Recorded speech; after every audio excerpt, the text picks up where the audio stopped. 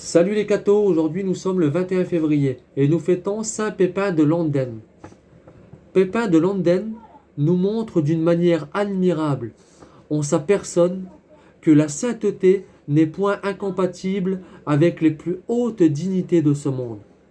Fils de prince, il fut maire du palais sous plusieurs rois de France et se conduisit dans cette haute charge presque égale à la dignité royale elle-même, avec une prudence remarquable.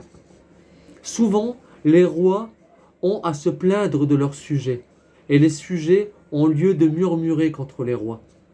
Pépin, obligé par ses fonctions à maintenir l'ordre et la justice, agit avec une loyauté si parfaite que jamais on ne le vit montrer de partialité, ni pour le roi, ni pour le peuple, et qu'il sut réprimer sans faiblesse les excès du peuple comme les excès de son roi.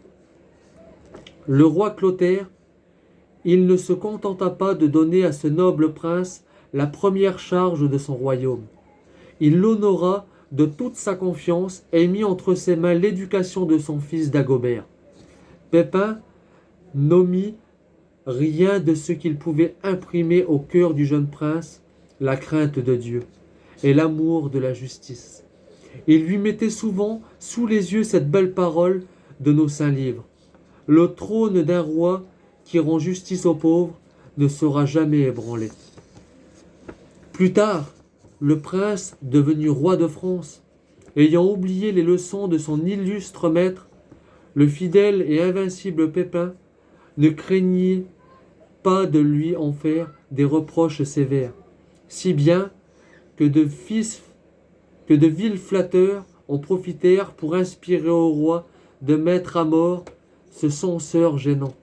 Mais Dagobert, d'abord irrité de cette leçon, rentra en lui-même, et il montra plus que jamais une vénération profonde pour le mérite et la vertu d'un si grand ministre.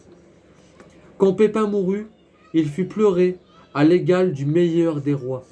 Il laissa la réputation d'un saint, et chacun rappelait avec douceur et reconnaissance qu'il avait toujours été le gardien des lois, le soutien des faibles, l'ennemi des divisions, l'ornement de la cour, l'exemple des grands, le père de la patrie. À cette époque, estimée aujourd'hui barbare, la grâce de Dieu et la droiture naturelle ont fait de Pépin de Landen un ministre comme on en chercherait en vain aujourd'hui. Que Dieu vous bénisse et à plus les cathos.